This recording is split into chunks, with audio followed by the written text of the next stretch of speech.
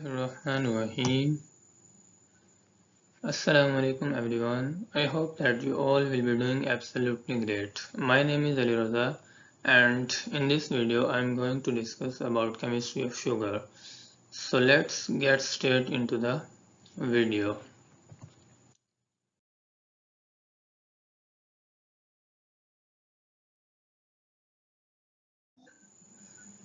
That how sugar in the industry or in the mill is prepared in or manufactured and how it is transported from a field of sugarcane to our kitchen pantry.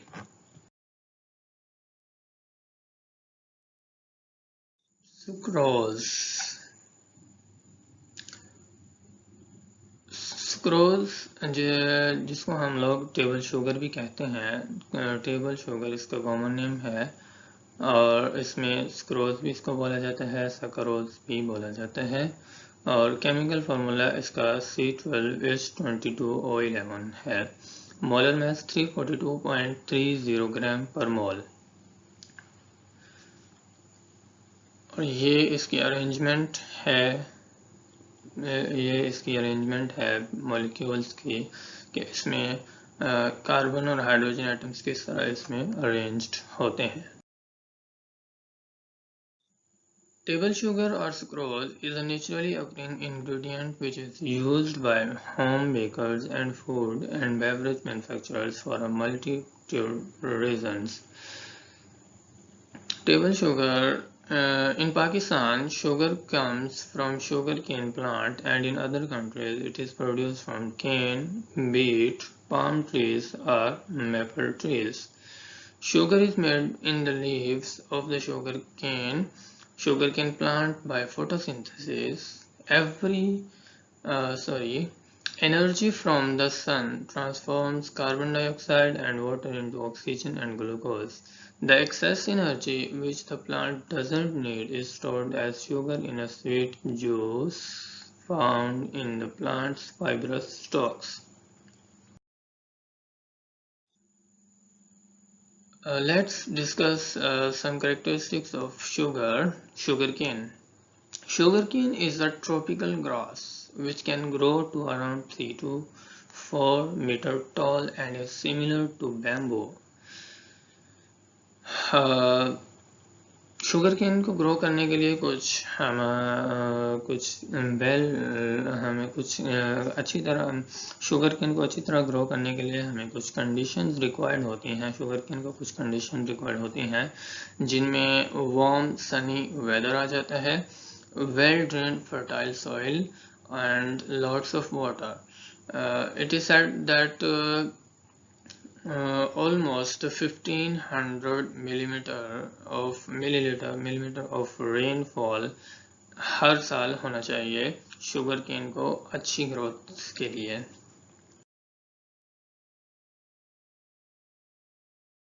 पास आ जाता है कि हम पाकिस्तान में हम पंजाब की अगर बात करें तो देखें कि कहाँ किन इलाकों में शुगर केन की प्रोडक्शन हो रही है। तो रावलपिंडी, इस्लामाबाद, कसूर, रहीम यार खान, सरगोदा, अटक, नारोवाल, ये कुछ एरियाज हैं पाकिस्तान के, कुछ डिस्ट्रिक्ट्स हैं जहाँ पे शुगर केन ज़्यादा मिकदार में प्रोड्यूस होता है। इसी तरह और भी बहुत से इलाके हैं, ये सिर्फ पंजाब की बात हो रही है, पाकिस्तान में और बहुत से इलाके हैं जहाँ पे शुगर केन प्रोडक्शन होती है।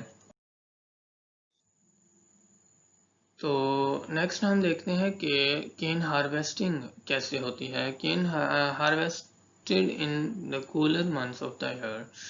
तो जो केन शुगर है वो जो सर्दी के महीनों में इसको हार्वेस्ट किया जाता है और 2/3 of the world's cane crop is harvested by hands. जो लोग गांव से बिलोंग करते हैं उन लोगों को पता होगा कि जो शुगर केन है उसको किस तरह हार्वेस्ट किया जाता है। मोस्टली लोग हाथों के साथ ही इसको हार्वेस्ट करते हैं। बड़े बड़े मैचेस जिनको हम लोग टकवे बोल सकते हैं कॉमन जुबान में, उनके साथ इनको जो हमारे लेबर्स होते हैं, मेहनतकश लोग होते हैं, वो इनको हार्वेस्ट करते हैं। ऑल्दो अब मैकेनिकल हार्वेस्टिंग भी स्टार्ट हो चुकी है 1940 से, लेकिन अभी भी बहुत से इलाकों में पूरी दुनिया में you can say 2/3 of the world crop of sugar cane is harvested by hands. Then जब इसको हार्वेस्ट कर लिया जाता है तो फिर इसको जाहिर सी बात है कि इसको डिलीवर किया जाता है, ट्रांसपोर्ट किया जाता है टू द मिल्स। उसके लिए हम लोग ट्रैक्टर ट्रॉलर्स, ट्रक्स वगैरह के ज़रिए हम उस पर पहले जो हमारे मेहनतकश लोग होते हैं इनको वो इनको लोड करते हैं ट्रैक्टर ट्रॉलर्स वगैरह पे शुगर केन को, और उसके बाद फिर जो है वो मिल्स की तरफ लेकर जाते हैं उसके ऊपर लोड करके। तो उसके बाद हम लोग देख सकते हैं कि payment criteria of sugar cane क्या है। Upon arrival at the factory gate, cane is weighed and sampled for analysis. If factors other than weight are used for payment. तो जैसे ही जो शुगर केन है वो वहाँ पे पहुँचता है, फैक्ट्री के गेट पर पहुँचता है, तो वहाँ पे सबसे पहले इसका वेट किया जाता है। बड़े बड़े वो कांटे लगे होते हैं वहाँ पे जहाँ पे इनको मेजर किया जाता है, वेट किया जाता है, वेट किया जाता है इनका, और फिर उसको एनालाइज भी किया जाता है ताकि वेट के अलावा जो बाकी फैक्टर्स हैं उनका भी मुआयना किया जा सके, एनालिसिस किया जा सके। Although payment is usually based on weight and scrolls, all the payment is usually based on weight and scrolls content. Quality factors such as moisture, trash and fiber content also are included. Payment is वो कह रहा है कि अगरचे wait और scrolls के अलावा scrolls content जो है वो बहुत ज़्यादा मैटर करता है पेमेंट करते हुए, लेकिन जो क्वालिटी है, मॉइस्चर है, ट्रैश है और फाइबर कंटेंट जो उसमें शुगर केन में पाया जा रहा है वो भी बहुत ज़्यादा मैटर करता है पेमेंट के वक्त, उसको भी मद्देनज़र रखा जाता है। Payment is generally split with 60 to 65% going to the grower. So तो जो 60 to 65% ऑफ द पेमेंट है वो ग्रोअर ग्रोअर मतलब जिसने इसको शुगर केन को ग्रो किया उसको जाता है, and 35 to 40% going to the processor. Raw sugar manufacture जब जैसा कि हम लोगों ने ऑलरेडी पढ़ लिया है कि शुगर केन हार्वेस्ट हुआ, फिर उसको ट्रांसपोर्ट किया गया मिल पे, तो जैसे ही वो मिल पर आता है, पहुंच जाता है शुगर केन, उसके बाद उसकी रॉ शुगर मैन्युफैक्चरिंग का प्रोसेस स्टार्ट होना होता है। उसमें क्या होता है, उसमें इस पूरे प्रोसेस में कुछ हमारे पास स्टेप्स हैं जिनको फॉलो करते हुए हम लोग रॉ शुगर मैन्युफैक्चर करते हैं। उसमें सबसे पहले आ जाता है जूस एक्सट्रैक्शन बाय मिलिंग और डिफ्यूजन। इसमें क्या होता है, सबसे पहले हम लोग श्रेडिंग करते हैं। जो शुगर केन है उसको सबसे पहले श्रेडिंग की जाती है। उसकी श्रेडिंग के बाद क्या होता है, वो स्टोक्स उसकी ब्रेक हो जाती हैं और जो जूस सेल्स होते हैं वो बर्स्ट करते हैं। तो जब जूस सेल्स बर्स्ट करते हैं तो फिर उसके बाद हम लोग उसको 2 रोलर्स के दरमियान से गुजारा जाता है। 2 रोलर से दरमियान से जब हम गुजारते हैं तो वो जो जूस होता है वो अलग हो जाता है और बाकी का जो वेस्ट मटेरियल होता है वो अलग हो जाता है। वो जो वेस्ट मटेरियल होता है उसको हम लोग लेफ्ट ओवर मटेरियल भी बोलते हैं। तो लेफ्ट ओवर मटेरियल को हम लोग जो फर्नेसेस हैं उनको फ्यूल के लिए भी इस्तेमाल किया जा सकता है। नेक्स्ट हमारे पास आ जाता है clarification of the juice. Clarification of juice के लिए हम लोग क्या करते हैं, उसमें हम लोग लाइम ऐड करते हैं। जूस में लाइम ऐड करने के बाद उसको हीट किया जाता है जिससे कि हमारे पास जो जूस है वो क्लैरिफाई हो जाता है। नेक्स्ट हमारे पास आ जाता है concentration of the juice to syrup by evaporation. हाँ, तो इसमें क्या करते हैं कि जो हमारे पास जूस क्लैरिफाई हो चुका है उसके बाद उसको हम लोगों ने एक सिरप में कन्वर्ट करना होता है। तो उसके लिए हम लोग इसको क्या करते हैं, उस जूस को, क्लैरिफाइड जूस को हम लोग वैक्यूम के अंदर बॉईल करते हैं, जिसके रिजल्ट में हमारे पास वो सिरप जो है वो ऑब्टेन होता है। Next, crystallization of sugar from the syrup. उसमें क्या करते हैं, क्रिस्टलाइजेशन करते हैं। क्रिस्टलाइजेशन के लिए क्या करते हैं, उसमें छोटे छोटे क्रिस्टल्स डाले जाते हैं।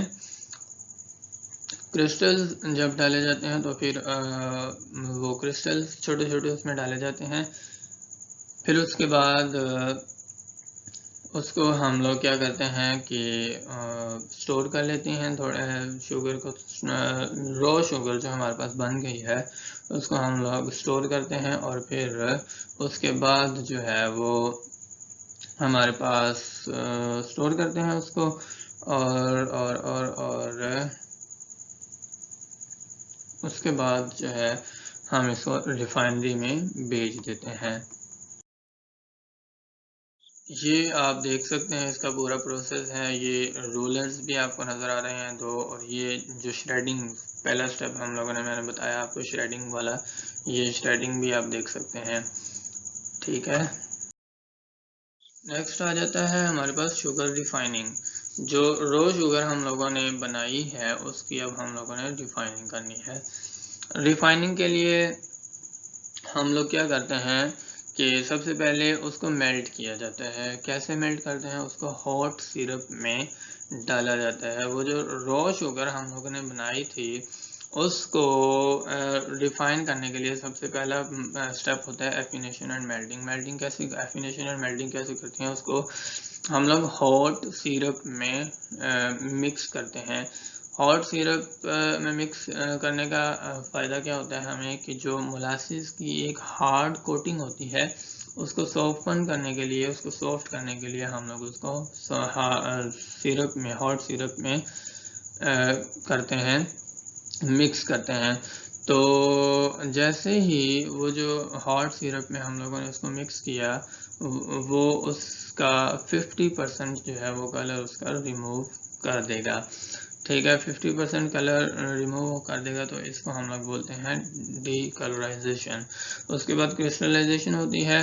क्रिस्टलाइजेशन के लिए हम लोग उसको वैक्यूम के अंदर सेंट्रीफ्यूज करते हैं, और उसके बाद उस फाइनल जो है वो यहाँ पे सेंट्रीफ्यूज होते हैं, और उसके बाद क्रिस्टलाइजेशन हो जाती है, और जो क्रिस्टल्स होते हैं वो अलग हो जाते हैं। ठीक है, और लास्ट पे आ जाता है पैकेजिंग एंड स्टोरेज। ठीक है, पैकेजिंग, इसको डिफरेंट टाइप्स की पैकेजिंग में शुगर को पैक किया जाता है, और उसके बाद उसको सोसाइटी में जहाँ जहाँ उसको बेचना होता है डिस्ट्रीब्यूशन के लिए, वहाँ पे भेज दिया जाता है। ये आप देख सकते हैं पूरा रिफाइनरी में जो सारा सिस्टम होता है, कि आप लोग देख सकते हैं ये लास्ट पे हमारे पास क्रिस्टल्स जो चीनी के बन चुके हैं, शुगर के बन चुके हैं, वो हमारे पास ऑब्टेन हो चुके हैं। सो जो हमारे पास शुगर का जो पूरा प्रोसेस है वो यहाँ पे आके,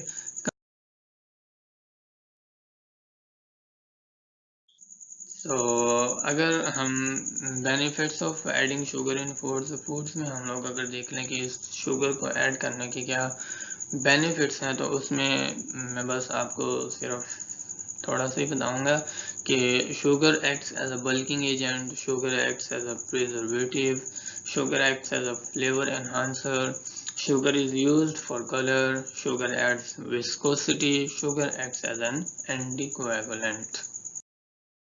Thanks for watching.